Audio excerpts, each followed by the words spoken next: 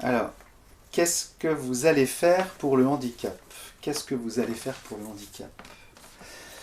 Alors, qu'est-ce que je vais faire ou qu'est-ce que nous allons faire pour le handicap? Déjà, je pense que pour le handicap, il n'y a rien à faire, mais par contre, pour les personnes qui sont atteintes d'un handicap, et le handicap quel qu'il soit visible ou non visible, là, je pense qu'il y a des engagements que la commune peut prendre, mais elle n'est pas la seule à prendre. Mais qu'est-ce que l'on va faire avec précision? Enfin, je vous propose de déroger pour une fois à la règle. Donc la règle, c'était que je réponde de manière assez spontanée aux questions qui m'étaient posées.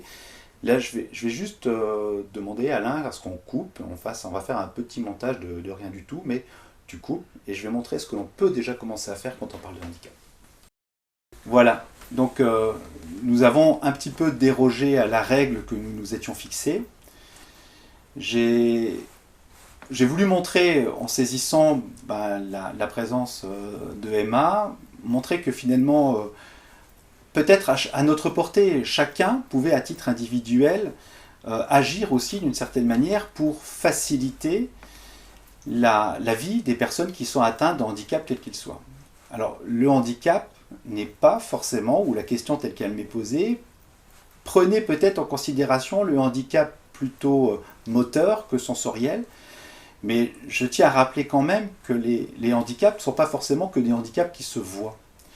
Les personnes qui sont atteintes de cette déficience, soit dès la naissance, soit suite à un accident de la vie, quel qu'il soit, enfin un accident de voiture ou autre chose, ont besoin, parce que ce sont devenus des personnes plus vulnérables, ont besoin d'être épaulées.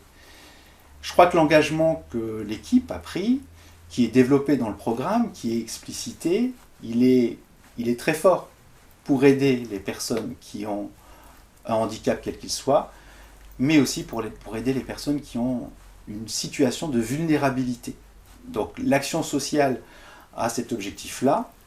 Ça ne se limite pas à l'accessibilité des bâtiments, ça va bien au-delà de ça. Et je crois que chacun peut, à sa mesure, faciliter la vie des uns et des autres, particulièrement quand on a connaissance de personnes qui sont en situation de handicap à proximité de chez soi. C'est un engagement d'équipe, c'est un engagement d'un idéal, c'est aussi un engagement personnel.